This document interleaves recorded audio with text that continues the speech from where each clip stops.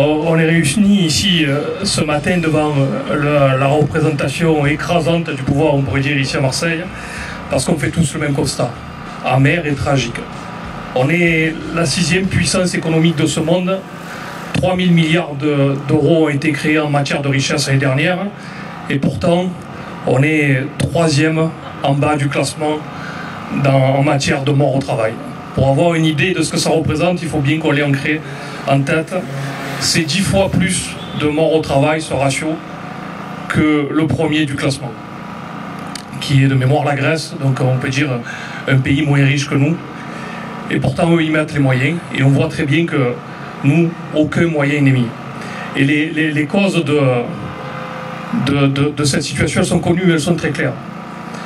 Premièrement, et ça a été dit, le manque des moyens de l'État, le non-remplacement des départs à la retraite, donc le manque de moyens de contrôle, la transformation des moyens de l'État en matière de contrôle. Si l'inspection du travail est devenue la DRED, c'est pas pour rien, c'est pour élargir son périmètre.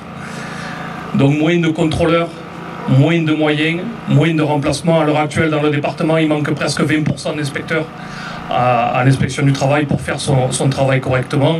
Et on sait très bien qu'un patron hors de contrôle est un patron meurtrier, si ce n'est assassin.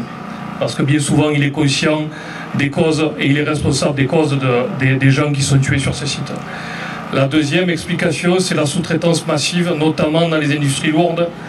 Et on sait très bien que ces salariés, dans ces entreprises, ils ont une triple peine. Une contamination mortelle, l'exposition aux accidents de travail, fatalement, et une précarité intense. Parce que la précarité est aussi la cause de la mort au travail. Elle ne touche pas que les travailleurs actifs, elle touche aussi les précaires et privés d'emploi qui, bien souvent, se suicident par manque de travail. Ça aussi, il ne faut pas oublier de les compter. D'ailleurs, les chiffres qu'on a à l'heure actuelle, et ça a été dit, c'est ce qu'on veut bien nous donner. On oublie tous ceux qui passent à la trappe. On oublie que 50% ou plus de 50% des maladies professionnelles ne sont pas déclarées, ne sont pas reconnues. Donc on est à près de 700 morts par an, plus de 1000, des milliers si on rajoute les accidents de travail qui sont comptés séparément, et des dizaines de milliers si on rajoute les maladies professionnelles. Donc devant ce constat, il y a des solutions, et là, j'ai oublié de dire la dernière des causes, effectivement, mais ça a été dit au travers des prises de parole, c'est la destruction des CHSCT.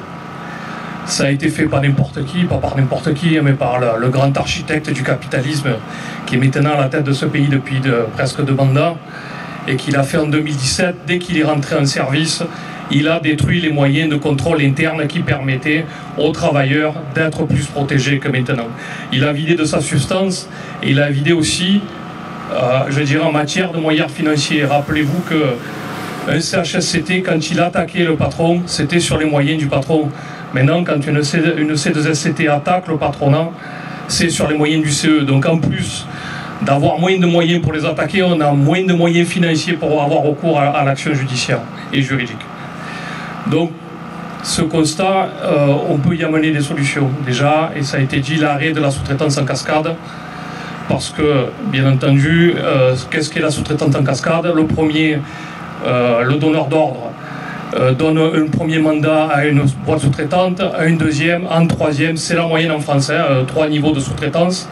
Et gardez en tête que le premier, les Français, le deuxième, et je dis des images, et les Portugais, le troisième, ils viennent de l'Europe de l'Est. Ce n'est pas une réflexion d'un point de vue nationaliste, mais plus on s'écarte du système de protection du système français, et plus on est dans la précarité, et plus on est exposé aux risques chimiques, notamment, et aux accidents de travail. Donc on demande très clairement, nous, la remise en service des CHSCT, le redécoupage des organismes de contrôle, l'embauche et le remplacement systématique de tous les salariés de l'État pour ce système de contrôle. On demande aussi d'arrêter les subventions à ces entreprises milliardaires tant qu'il y a des morts générées par eux. Voilà, il y a tout un éventail de mesures à aller chercher, et il va falloir qu'on soit nombreux pour se battre. Et une des premières étapes dans ce combat, je vous donne rendez-vous déjà cet après-midi, il y aura une demi-journée d'études à l'UD pour comprendre les enjeux autour des CMR, donc des produits cancérigènes, mutagènes et reprotoxiques. Et bien entendu, on a une date importante, le 1er mai, où il faut qu'on soit nombreux, il faut qu'on accentue la lutte pour la totalité des sujets, la santé au travail bien évidemment, mais pour la précarité, pour l'emploi, pour la réindustrialisation de ce pays. Je vous remercie.